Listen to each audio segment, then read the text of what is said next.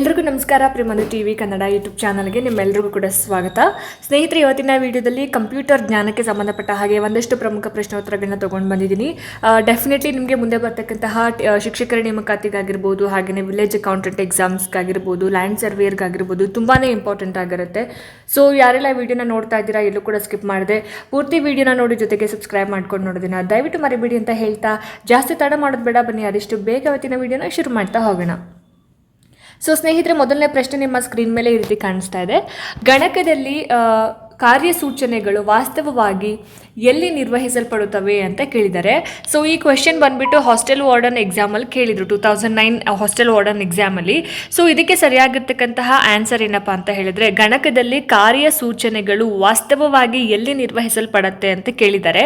So ಹಾಗಾಗಿ option ನೋಡಿ ಇಲ್ಲಿ ಈ ರೀತಿ ಇದೆ. ALU ನಿಯಂತ್ರಣ ಘಟಕ, ಸಂಗ್ರಹಣಾ ಘಟಕ, CPU ಅಂತ ಇದೆ. ಸೊ ಸರಿಯಾಗಿರ್ತಕ್ಕಂತಹ ಆನ್ಸರ್ ಬಂದ್ಬಿಟ್ಟು CPU ಆಗಿರುತ್ತೆ. ಓಕೆ, ಸೊ ಕಂಪ್ಯೂಟರ್ನಲ್ಲಿ ಕೊಡುವಂತಹ ಎಲ್ಲ ಸೂಚನೆಗಳನ್ನು ಅಥವಾ ಕಾರ್ಯಸೂಚನೆಗಳನ್ನು ಎಲ್ಲಿ ನಿರ್ವಹಿಸಲ್ಪಡುತ್ತೆ ಅಂತ ಹೇಳಿದ್ರೆ CPU-ನಲ್ಲಿ. ಸೊ ಆನ್ಸರ್ ಬಂದ್ಬಿಟ್ಟು ಆಪ್ಷನ್ ಡಿ, CPU. ಸರಿನಾ? ಓಕೆ, ನೆಕ್ಸ್ಟ್, ಕಂಪ್ಯೂಟರ್ ಚಿಪ್ನಲ್ಲಿ ತಯಾರಿಕೆಯಲ್ಲಿ ಬಳಸುವ ಮೂಲ ವಸ್ತು ಯಾವುದು ಅಂತ ಕೇಳಿದ್ದಾರೆ. ಸೊ ಕಂಪ್ಯೂಟರ್ನ ಒಂದು ಚಿಪ್ನಲ್ಲಿ ಯಾವ ಒಂದು ವಸ್ತುವನ್ನು, ಯಾವ ಒಂದು ಮೂಲ ವಸ್ತುವನ್ನು ಬಳಸ್ತಾರೆ ಆ ಒಂದು ಚಿಪ್ನ ತಯಾರಿಕೆಯಲ್ಲಿ ಅಂತ ಕೇಳಿದ್ದಾರೆ. ಇದು ಬಂದ್ಬಿಟ್ಟು ಕೋಆಪರೇಟಿವ್ ಇನ್ಸ್ಪೆಕ್ಟರ್ 2007, KAS ಮತ್ತು RRB ಬ್ಯಾಂಗ್ಳೂರ್ 2004 ಈ ಎಕ್ಸಾಮ್ಸಲ್ಲಿ ಕೇಳಿದರು. ಆಪ್ಷನ್ಸ್ ನೋಡಿ ಇಲ್ಲಿ ಕಾರ್ಬನ್, ಸಿಲಿಕಾನ್, ವೆನಡಿಯಮ್ ಹಾಗೆಯೇ ಚಿನ್ನ ಅಂತ ಇದೆ. ಸರಿಯಾಗಿರ್ತಕ್ಕಂಥ ಒಂದು ಆನ್ಸರ್ ಏನಿರ್ಬೋದು ಹಾಗಾದರೆ ಈ ಒಂದು ಕ್ವೆಶ್ಚನ್ಗೆ? So yes, option B silicon ಅನ್ನೋದು ಆನ್ಸರ್ ಆಗುತ್ತೆ. ಓಕೆ, ಸೊ ಈ ಒಂದು ಮೈಕ್ರೋಚಿಪ್ ಮತ್ತು ಸೆಮಿ ಕಂಡಕ್ಟರ್ಗಳ ತಯಾರಿಕೆಯಲ್ಲಿ ಸಿಲಿಕಾನ್ ವಸ್ತುವನ್ನು ವ್ಯಾಪಕವಾಗಿ ಬಳಸಲಾಗುತ್ತೆ. ಸೊ ಹಾಗಾಗಿ option B silicon. So next, ಮುಂದಿನ ಒಂದು ಕ್ವೆಶ್ಚನ್ ನೋಡಿ. ಕಂಪ್ಯೂಟರ್ನಲ್ಲಿರುವ IC ಯಾವುದನ್ನು ಪ್ರತಿನಿಧಿಸುತ್ತದೆ? ಸೊ ಕಂಪ್ಯೂಟರ್ನಲ್ಲಿ IC ಅಂತ ಏನು ಹೇಳ್ತೀವಲ್ಲ ನಾವು, ಅದನ್ನು ಯಾವುದು ಇಂಡಿಕೇಟ್ ಮಾಡುತ್ತೆ ಅಂತ ಕೇಳಿದ್ದಾರೆ. ಆಪ್ಷನ್ಸ್ ನೋಡಿ, integrated charge, integrated current, integrated circuit, internal ಅಂತ ಇದೆ. ಸೊ ದ ಕರೆಕ್ಟ್ ಆನ್ಸರ್ ಈ ಒಂದು ಕ್ವೆಶ್ಚನ್ಗೆ ಏನಿರಬಹುದು? Yes, option C, integrated circuit. IC ಅಂತಂದರೆ ಇಂಟಿಗ್ರೇಟೆಡ್ ಸರ್ಕ್ಯೂಟ್ ಅಂತ ಹೇಳ್ತಾರೆ. ಓಕೆ, ಸಮಗ್ರ ಮಂಡಲ ಅಂತ ಕನ್ನಡದಲ್ಲಿ. ಆಪ್ಷನ್ ಸಿ ಆನ್ಸರ್ ಆಗುತ್ತೆ. ನೆಕ್ಸ್ಟ್, ಮುಂದಿನ ಪ್ರಶ್ನೆ, ಆಗಮ ಮಾಹಿತಿಗಳನ್ನೆಲ್ಲ ನಿರ್ಗಮ ಮಾಹಿತಿಯಾಗಿ ಪರಿವರ್ತಿಸುವ ಕೆಲಸವನ್ನು ಯಾವ ಘಟಕ ಮಾಡುತ್ತದೆ? ಆಗಮ ಮಾಹಿತಿ ಅಂತ ಹೇಳಿದ್ರೆ ಇನ್ಪುಟ್ ಇನ್ಫಾರ್ಮೇಷನ್ಸ್ನೆಲ್ಲ ಔಟ್ಪುಟ್ ಇನ್ಫಾರ್ಮೇಷನ್ ಆಗಿ ಪರಿವರ್ತಿಸುವಂತಹ ಒಂದು ಕೆಲಸವನ್ನು ಯಾವ ಘಟಕ ಮಾಡುತ್ತೆ ಅಂತ ಕೇಳಿದ್ದಾರೆ. ಸೊ ಆಪ್ಷನ್ಸ್ ನೋಡಿ, ಪರಿಕರಗಳು, ಸ್ಮರಣಾಂಗ, ಸಂಗ್ರಹಣೆ, CPU ಅಂತ ಕೊಟ್ಟಿದ್ದಾರೆ. ಸೊ ಆಪ್ಷನ್ಸ್ ಬಂದ್ಬಿಟ್ಟು ಈ ಒಂದು ಪ್ರಶ್ನೆಗೆ CPU ಅನ್ನೋದು ಸರಿಯಾಗಿರ್ತಕ್ಕಂಥ ಒಂದು ಆನ್ಸರ್ ಆಗುತ್ತೆ. ಓಕೆ, ಸೊ CPU ಬಳಕೆದಾರರಿಂದ ಪಡೆದಿರುವಂತಹ ಒಂದು ಇನ್ಪುಟ್ ದತ್ತಾಂಶಗಳನ್ನು, ಡೇಟಾಸ್ಗಳನ್ನು ಪ್ರಾಸೆಸ್ ಮಾಡಿ ಔಟ್ಪುಟ್ ಆಗಿ ಅದೇನು ಮಾಡುತ್ತೆ? ಪರಿವರ್ತನೆ ಮಾಡುವಂಥದ್ದು. ಸೊ ಹಾಗಾಗಿ CPU ಸರಿಯಾದ ಉತ್ತರ ಆಗುತ್ತೆ. ಓಕೆ, ಆ್ಯಂಡ್ ನೆಕ್ಸ್ಟ್, 5ನೇ ಒಂದು ಪ್ರಶ್ನೆ ನೋಡಿ.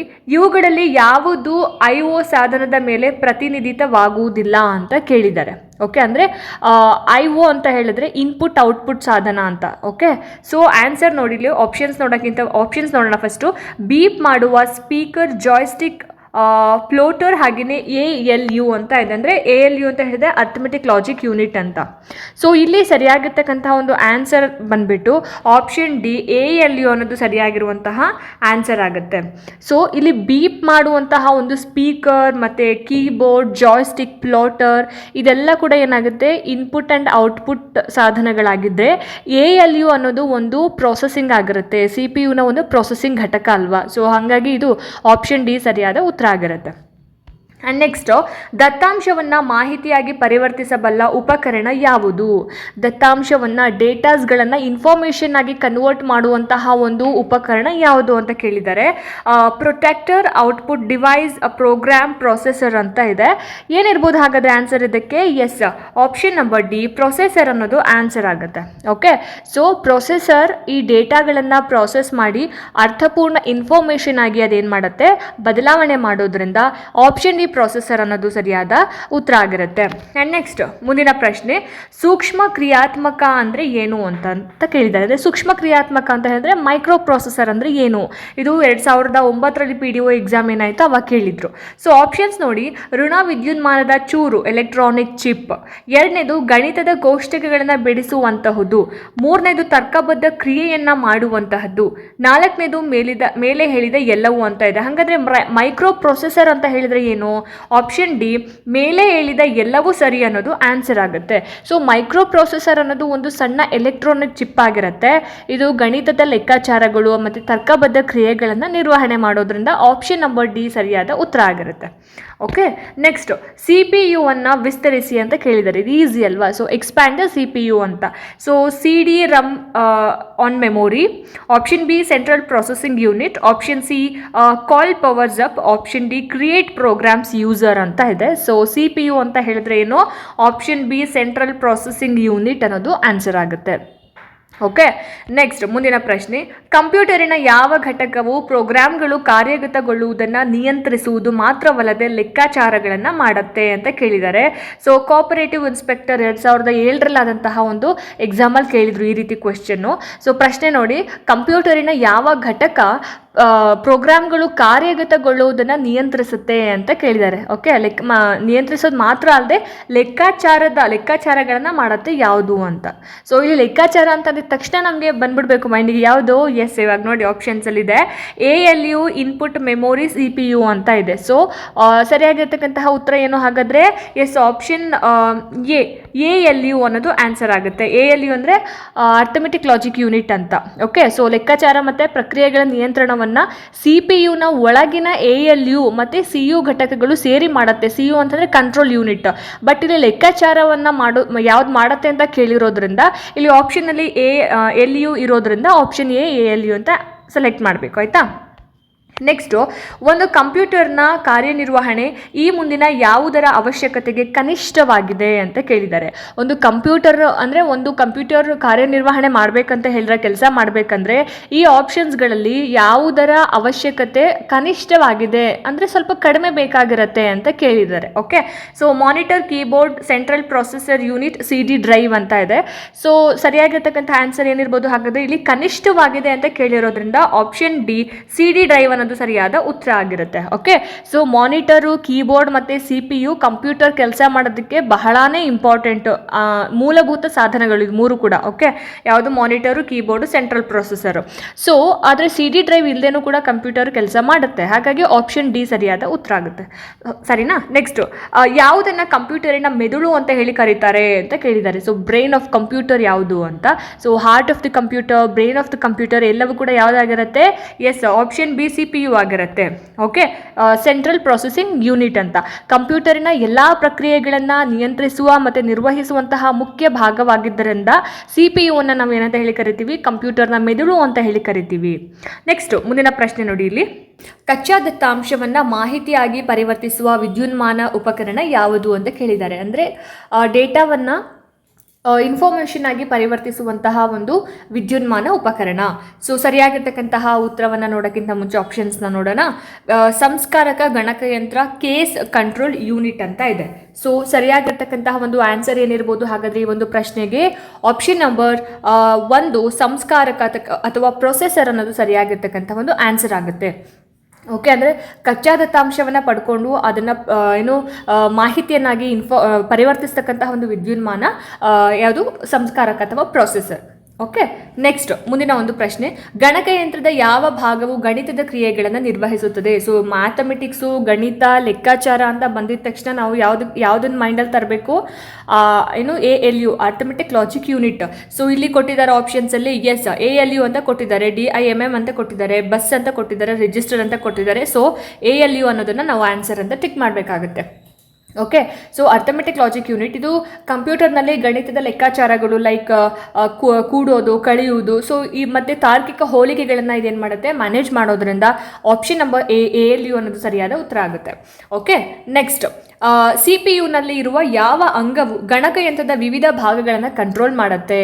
ಸೊ CPU ಅಂತಂದರೆ ಸೆಂಟ್ರಲ್ ಪ್ರೊಸೆಸಿಂಗ್ ಯೂನಿಟ್. ಸೊ ಇದರಲ್ಲಿರ್ತಕ್ಕಂತಹ ಯಾವ ಪಾರ್ಟ್ ಕಂಪ್ಯೂಟರ್ನ ಎಲ್ಲ ಪಾರ್ಟ್ಗಳನ್ನು ಕಂಟ್ರೋಲ್ ಮಾಡುತ್ತೆ ಅಂತ ಇದೆ. So mother board, coordination board, control unit, arithmetic unit ಅಂತ ಇದೆ. So the correct answer for this question option number C, control unit. So CU ಅಂತ ಹೇಳ್ತಾರೆ. ಓಕೆ, CU ಅಂತ ಹೇಳ್ತಾರೆ, ಕಂಟ್ರೋಲ್ ಯೂನಿಟ್. ಸೊ ಇದೇನು ಮಾಡುತ್ತೆ? ಕಂಪ್ಯೂಟರ್ನ ಕೇಂದ್ರ ನರಮಂಡಲದ ಹಾಗೆ ಕೆಲಸ ಮಾಡುತ್ತೆ ಕಂಟ್ರೋಲ್ ಯೂನಿಟ್. ಸೊ ಇದು ಇನ್ಪುಟ್, ಔಟ್ಪುಟ್ ಮತ್ತು ಮೆಮೊರಿ ಸಾಧನಗಳ ನಡುವೆ ಇರತಕ್ಕಂತಹ ದತ್ತಾಂಶ ಸಂವಹನವನ್ನು ಇದು ಕಂಟ್ರೋಲ್ ಮಾಡುತ್ತೆ. So option C. Okay, next ಕಂಪ್ಯೂಟರ್ನಲ್ಲಿ ಇರುವ ಚಿಪ್ ಯಾವುದರಿಂದ ತಯಾರಿಸಲ್ಪಡುತ್ತದೆ? ಸೊ ಈ ಕ್ವೆಶನ್ ಅವಾಗಲೇ ಒಂದ್ಸಲ ರಿಪೀಟ್ ಆಗಿತ್ತು. ಸೊ ಇದು ಸಿಂಡಿಕೇಟ್ ಬ್ಯಾಂಕ್ ಕ್ಲರ್ಕ್ ಎಕ್ಸಾಮಲ್ಲಿ ಕೇಳಿದರು. ಸೊ ಇದಕ್ಕೆ ಆಪ್ಷನ್ಸ್ ನೋಡಿ, ಇಲ್ಲಿ ಕ್ರೋಮಿಯಂ, ಕಬ್ಬಿಣದ ಆಕ್ಸೈಡ್, ಸಿಲಿಕಾನ್ ಅಂತ ಇದೆ. ಸೊ ಆನ್ಸರ್ ಏನು ಹಾಗಾದರೆ? Option D silicon. Option D silicon. So computer ಮೈಕ್ರೋಚಿಪ್ಗಳನ್ನು ಸೆಮಿಕಂಡಕ್ಟರ್ ವಸ್ತುವಾಗಿರ್ತಕ್ಕಂತಹ ಸಿಲಿಕಾನ್ನಿಂದ ತಯಾರಿಸಲ್ಪಡ್ತಾರೆ ಅನ್ನೋದು ಆನ್ಸರ್ ಆಗುತ್ತೆ. ಓಕೆ, ನೆಕ್ಸ್ಟ್ ಮುಂದಿನ ಪ್ರಶ್ನೆ, ಚಿಪ್ ಎಂಬುದು ಯಾವುದರ ಸಾಮಾನ್ಯ ಹೆಸರಾಗಿದೆ ಅಂತ ಕೇಳಿದ್ದಾರೆ. ಚಿಪ್ ಅನ್ನೋದು ಯಾವುದರ ಒಂದು ಸಾಮಾನ್ಯ ಹೆಸರು ಅಂತ. So transistor, register, IC, semiconductor ಅಂತ ಇದೆ. ಸೊ ಚಿಪ್ ಅನ್ನೋದು ಆಪ್ಷನ್ ನಂಬರ್ ಸಿ ಐಸಿಗೆ ಸಂಬಂಧಪಟ್ಟಿರುವಂಥದ್ದು. ಸೊ ಇಂಟಿಗ್ರೇಟೆಡ್ ಸರ್ಕ್ಯೂಟ್, ಇದನ್ನು ಸಾಮಾನ್ಯವಾಗಿ ನಾವು ಚಿಪ್ ಅಥವಾ ಮೈಕ್ರೋ ಚಿಪ್ ಅಂತ ಹೇಳಿ ಕರಿತೀವಿ. ಸೊ ಆಪ್ಷನ್ ಸಿ ಸರಿಯಾದ ಉತ್ತರ ಆಗಿರುತ್ತೆ. ನೆಕ್ಸ್ಟು 18ನೇ ಪ್ರಶ್ನೆ, ಕಂಪ್ಯೂಟರಿನ ಮೆದುಳು ಎಂದು ಯಾವುದನ್ನು ಕರೆಯುತ್ತಾರೆ? ಸೊ ನಾನು ಆವಾಗಲೇ ಹೇಳಿದೆ, ಈ ಕ್ವೆಶನ್ ಕೂಡ ರಿಪೀಟ್ ಆಗಿತ್ತು.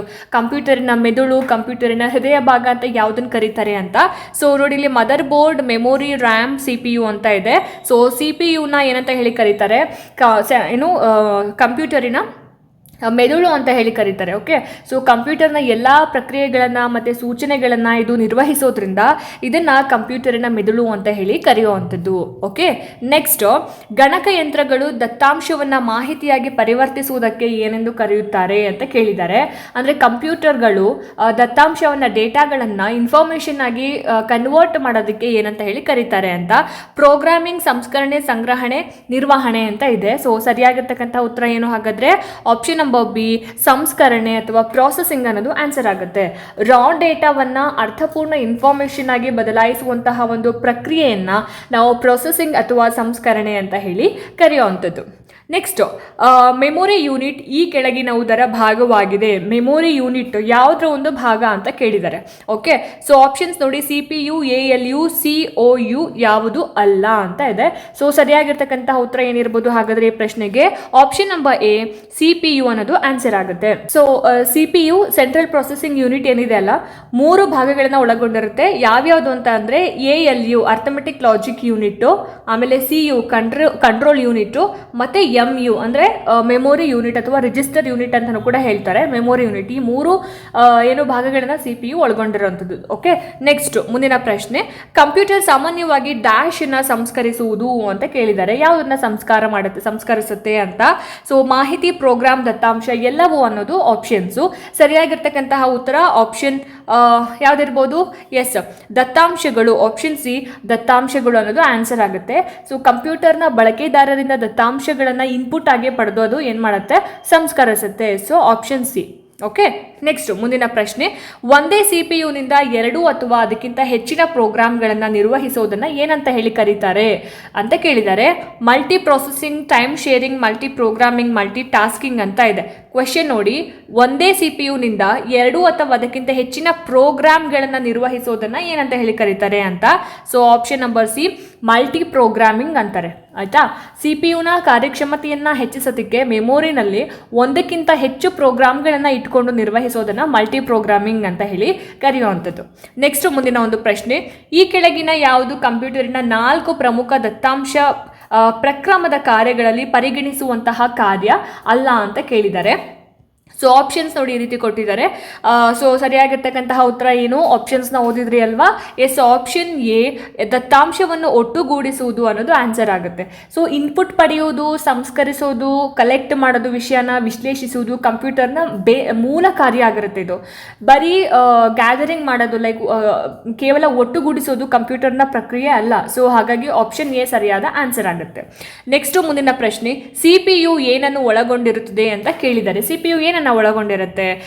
ಕಾರ್ಡ್ ರೀಡರ್ ಮತ್ತೆ printer, analytic engine and control unit, CU and ALU and card reader ಅಂತ ಇದೆ. ಸೊ ಸರಿಯಾಗಿರ್ತಕ್ಕಂತಹ ಉತ್ತರ ಏನು ಹಾಗಾದ್ರೆ?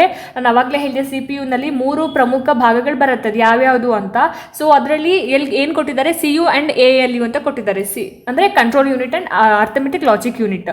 ಸೊ ಇದರ ಜೊತೆಗೆ ಯಾವ್ದು ಬರುತ್ತೆ? MU ಬರುತ್ತೆ, ಅಂದರೆ ಮೆಮೊರಿ ಯೂನಿಟ್ ಅಂತ. ಸೊ ಇಲ್ಲಿ ಆಪ್ಷನ್ನಲ್ಲಿ ಇಲ್ಲದೆ ಇರೋದ್ರಿಂದ control unit and arithmetic logic ಯೂನಿಟೇ ಇರೋದ್ರಿಂದ ಇದನ್ನು ನಾವು ಸೆಲೆಕ್ಟ್ ಮಾಡ್ಕೋಬೇಕಾಗುತ್ತೆ ಆನ್ಸರ್ ಅಂತ. ಓಕೆ, ನೆಕ್ಸ್ಟ್ CPU ದ ಪ್ರಮುಖ ಕಾರ್ಯ ಯಾವುದು ಅಂತ ಕೇಳಿದ್ದಾರೆ. ಏನು ಸೆಂಟ್ರಲ್ ಪ್ರೊಸೆಸಿಂಗ್ ಯೂನಿಟ್ನ ಒಂದು ಕಾರ್ಯ ಅಂತ. ಆಪ್ಷನ್ಸ್ ನೋಡಿ, ಅಕ್ಷರಗಳ ಬಾಹ್ಯ ದತ್ತಾಂಶ ಸಂಗ್ರಹಣೆ ಮಾಡೋದು, ಬಳಕೆದಾರರೊಂದಿಗೆ ಸಂಪರ್ಕಕ್ಕಾಗಿ ದತ್ತಾಂಶವನ್ನು ಓದಿ ಸಂಸ್ಕರಿಸಿ ಅರ್ಥೈಸಲು ಹಾರ್ಡ್ ಕಾಪಿಯನ್ನು ನೀಡೋದಿಕ್ಕೆ ಅಂತ ಇದೆ. ಸೊ ಆನ್ಸರ್ ಏನಿರ್ಬೋದು ಹಾಗಾದ್ರೆ? ಎಸ್, ಆಪ್ಷನ್ ಸಿ, ದತ್ತಾಂಶವನ್ನು ಓದಿ ಸಂಸ್ಕರಿಸಿ ಅರ್ಥೈಸಲು ಅನ್ನೋದು ಆನ್ಸರ್ ಆಗುತ್ತೆ. ಸೊ CPU ನೀಡಿರ್ತಕ್ಕಂತಹ ಇನ್ಸ್ಟ್ರಕ್ಷನ್ಸ್ಗಳನ್ನು ಸ್ವೀಕರಿಸಿ ಅವುಗಳನ್ನು ಡಿಕೋಡ್ ಮಾಡಿ ಅಂದರೆ ಅರ್ಥೈಸ್ಕೊಂಡು ಸಂಸ್ಕರಿಸಿ ಫಲಿತಾಂಶವನ್ನು ರಿಸಲ್ಟನ್ನು ನೀಡುವಂತಹ ಕೆಲಸವನ್ನು ಯಾವುದು ಮಾಡುತ್ತೆ? CPU ಮಾಡುವಂಥದ್ದು. ಓಕೆ, ನೆಕ್ಸ್ಟು ಇದರಲ್ಲಿ ಯಾವ ಹೇಳಿಕೆ ತಪ್ಪು ಅನ್ನೋದನ್ನು ನಾವು ಹೇಳಬೇಕಾಗುತ್ತೆ. ಓಕೆ, ಮೊದಲನೇ ಒಂದು ಸ್ಟೇಟ್ಮೆಂಟ್ ನೋಡಿ, ಗಣಕಯಂತ್ರವು ಕೇವಲ ಸಾಂಖ್ಯಿಕ ದತ್ತಾಂಶವನ್ನು ಮಾತ್ರ ಸಂಸ್ಕರಿಸುತ್ತದೆ. ಎರಡನೇ ಹೇಳಿಕೆ, ಗಣಕಯಂತ್ರವು ಪರಿಮಾಣಾತ್ಮಕ ಮತ್ತು ಗುಣಾತ್ಮಕ ಎರಡೂ ರೀತಿಯ ದತ್ತಾಂಶಗಳನ್ನು ವಿಶ್ಲೇಷಿಸುತ್ತದೆ. ಮೂರನೇ ಹೇಳಿಕೆ, ದತ್ತಾಂಶ ಸಂಸ್ಕರಣೆಗಾಗಿ ಸೂಕ್ತ ತಂತ್ರಾಂಶ ಅಗತ್ಯವಿದೆ. ನಾಲ್ಕನೇ ಹೇಳಿಕೆ, ಗಣಕಯಂತ್ರವು ಸಾಂಖ್ಯಿಕ ಹಾಗೆ ಸಾದೃಶ ಎರಡೂ ರೀತಿಯ ದತ್ತಾಂಶಗಳನ್ನು ಸಂಸ್ಕರಿಸುತ್ತದೆ ಅಂತ ಇದೆ. ಓಕೆ, ಸೊ ಇಲ್ಲಿ ಯಾವ ಹೇಳಿಕೆ ತಪ್ಪು ಹಾಗಾದ್ರೆ? ಆಪ್ಷನ್ ಎ ನೋಡಿ, ಇಲ್ಲಿ ಗಣಕಯಂತ್ರ ಕೇವಲ ಸಾಂಖ್ಯಿಕ ದತ್ತಾಂಶವನ್ನು ಮಾತ್ರ ಸಂಸ್ಕರಿಸುತ್ತದೆ. ಈ ಹೇಳಿಕೆ ರಾಂಗ್. ಯಾಕೆ ರಾಂಗ್ ಅಂತ ಹೇಳಿದ್ರೆ, ಕಂಪ್ಯೂಟರ್ ಜಸ್ಟ್ ನ್ಯೂಮರಿಕ್ ಡೇಟಾಸ್ ಮಾತ್ರ ಅಲ್ಲ, ಅಕ್ಷರಗಳು, ಚಿತ್ರಗಳು ಹಾಗೆ ಧ್ವನಿಯ ರೀತಿಯಾದಂತಹ ಕ್ವಾಂಟಿಟೇಟಿವ್ ಡೇಟಾಸ್ಗಳನ್ನು ಕೂಡ ಇದೇನು ಮಾಡುತ್ತೆ? ಸಂಸ್ಕರಿಸುತ್ತೆ. ಹಾಗಾಗಿ ಆಪ್ಷನ್ ಎ ಏನಿದೆ, ಕೇವಲ ಸಾಂಖ್ಯಿಕ ದತ್ತಾಂಶಗಳನ್ನ ಮಾತ್ರ ಸಂಸ್ಕರಿಸುತ್ತೆ ಅನ್ನೋದು ರಾಂಗ್ ಸ್ಟೇಟ್ಮೆಂಟ್ ಆಗಿರುತ್ತೆ. ಓಕೆ, ನೆಕ್ಸ್ಟ್ ಮುಂದಿನ ಒಂದು ಪ್ರಶ್ನೆ, CPU ಯಾವ ಭಾಗವು ಲೆಕ್ಕ ಮಾಡಿ ತಾರ್ಕಿಕ ನಿರ್ಧಾರ ಕೈಗೊಳ್ಳುತ್ತೆ ಅಂತ ಕೇಳಿದ್ದಾರೆ. ಸೊ ಆನ್ಸರ್ ಗೊತ್ತೇ ಇದೆ, ನಾನು ಹೇಳೋ ಅಗತ್ಯನೇ ಇಲ್ಲ. Yes, arithmetic logic unit. Option ಯಾವುದು? ಎ, ಅರ್ಥಮೆಟಿಕ್ ಲಾಜಿಕ್ ಯೂನಿಟ್ ಅಥವಾ ALU ಅನ್ನೋದೇನಿದೆ ಅಲ್ಲ, ಈ ಒಂದು ಭಾಗ ಗಣಿತದ ಲೆಕ್ಕಾಚಾರಗಳು ಮತ್ತು ಲಾಜಿಕ್ ಕಾರ್ಯಗಳನ್ನು ಮಾಡುತ್ತೆ, ತಾರ್ಕಿಕ ಕಾರ್ಯಗಳನ್ನು ಮಾಡುತ್ತೆ ಅಂತಕ್ಕಂಥದ್ದು. ನೆಕ್ಸ್ಟು ಮುಂದಿನ ಒಂದು ಪ್ರಶ್ನೆ, ಗಣಕಯಂತ್ರದ ಎಲ್ಲ ಪರಿಕರಗಳನ್ನು ತನ್ನ ನಿಯಂತ್ರಣದಲ್ಲಿ ಇಡುವ ಗಣಕಯಂತ್ರದ ಭಾಗ ಯಾವುದು? ಎಲ್ಲ ಪರಿಕರಗಳನ್ನ ತನ್ನ ಕಂಟ್ರೋಲ್ನಲ್ಲಿ ಇಟ್ಕೊಳ್ತಕ್ಕಂತಹ ಕಂಪ್ಯೂಟರ್ನ ಒಂದು ಭಾಗ ಯಾವುದು ಅಂತ ಕೇಳಿದ್ದಾರೆ. ಆಪ್ಷನ್ ನೋಡಿ, common power unit, common processing unit, central power unit, central processing unit ಅಂತ ಇದೆ. ಸೊ ಸರಿಯಾಗಿರ್ತಕ್ಕಂತಹ ಉತ್ತರ ಏನಿರ್ಬೋದು ಹಾಗಾದ್ರೆ ಈ ಪ್ರಶ್ನೆಗೆ? Yes, option D, central processing unit ಅಥವಾ CPU. ಓಕೆ, CPU ಅಂತ ಏನು ಹೇಳ್ತೀವಿ, ಇದು ಸರಿಯಾದ ಆನ್ಸರ್ ಆಗುತ್ತೆ. CPU ಒಳಗೆ ಇರುವಂತಹ ಒಂದು ಕಂಟ್ರೋಲ್ ಯೂನಿಟ್ ಸಂಪೂರ್ಣ ಗಣಕಯಂತ್ರದ ಕಾರ್ಯಗಳನ್ನು ಮತ್ತು ಸಂಪರ್ಕಿತ ಸಾಧನಗಳನ್ನು ನಿಯಂತ್ರಿಸುತ್ತೆ. ಸೊ ಹಾಗಾಗಿ option D, central processing unit ಅನ್ನೋದು ಸರಿಯಾದ ಆನ್ಸರ್ ಆಗುತ್ತೆ. ಆಯಿತಾ? ನೆಕ್ಸ್ಟು, ಗಣಕಯಂತ್ರವು ದತ್ತಾಂಶವನ್ನು ಹೋಲಿಕೆ ಮಾಡುವ ಹಾಗೂ ಸಂಕಲನ ಮಾಡುವ ಭಾಗ ಯಾವುದು ಅಂತ ಕೇಳಿದ್ದಾರೆ. ಸೊ ಇದಕ್ಕೆ ಸರಿಯಾಗಿರ್ತಕ್ಕಂಥ ಆನ್ಸರ್ ನೋಡಿರಿ, CPU, ಸ್ಮರಣಾಂಗ, ಹಾರ್ಡ್ ಡಿಸ್ಕ್, ಫ್ಲಾಪಿ ಡಿಸ್ಕ್ ಅಂತ ಕೊಟ್ಟಿದ್ದಾರೆ. ಇಲ್ಲಿ ಪ್ರಶ್ನೆ ನೋಡಿ, ಇಲ್ಲಿ ಹೋಲಿಕೆ ಮಾಡುವ ಹಾಗೆ ಸಂಕಲನ ಮಾಡುವ ಭಾಗ ಯಾವುದು ಅಂತ ಕೇಳಿದ್ದಾರೆ. ಸೊ ಇಲ್ಲಿ ಮ್ಯಾಥಮೆಟಿಕ್ಸ್ ಅಂತ ಬಂದಿದ ತಕ್ಷಣ ನಾನು ಹೇಳಿದೆ ಆವಾಗಲೇ ALU ಅಂತ ಬರುತ್ತೆ, ಅರ್ಥಮೆಟಿಕ್ ಲಾಜಿಕ್ ಯೂನಿಟ್ ಅಂತ. ಬಟ್ ಇಲ್ಲಿ ಕೊಟ್ಟಿಲ್ಲ. ಆವಾಗ ನಾವೇನು ಮಾಡಬೇಕು? ಅರ್ಥಮೆಟಿಕ್ ಲಾಜಿಕ್ ಯೂನಿಟ್ ಬರೋದೇ ಅದರಲ್ಲಿ CPU ಬರುತ್ತಲ್ವಾ. ಸೊ ಹಾಗಾಗಿ CPU ಆಪ್ಷನ್ಸ್ ಇದೆಯಾ ನೋಡ್ಕೋಬೇಕು. Yes, option A, CPU, central processing unit. So ಸಂಕಲನ, ಕೂಡೋದು, ಕಳೆಯೋದು ಮತ್ತು ಹೋಲಿಕೆ ಮಾಡುವ ಕಾರ್ಯವನ್ನು CPU ALU ಈ ಭಾಗ ನಿರ್ವಹಿಸುತ್ತೆ. ಹಾಗಾಗಿ ಆಪ್ಷನ್ ಇಲ್ಲಿ CPU ಸರಿಯಾದ ಆನ್ಸರ್ ಆಗಿರುತ್ತೆ. ಓಕೆ, ಸೊ ನೋಡಿದ್ರಲ್ಲ ಸ್ನೇಹಿತರೆ, ಇದಾಗಿತ್ತು ಇವತ್ತಿನ ಕಂಪ್ಯೂಟರ್ಗೆ ಸಂಬಂಧಪಟ್ಟ ಹಾಗೆ ಒಂದಷ್ಟು ಪ್ರಶ್ನೋತ್ತರಗಳು. ಹೋಪ್ ಈ ವಿಡಿಯೋ ನಿಮ್ಗೆ ಇಷ್ಟ ಆಯಿತು, ಅನುಕೂಲ ಆಯಿತು ಅಂತ ಭಾವಿಸ್ತೀನಿ.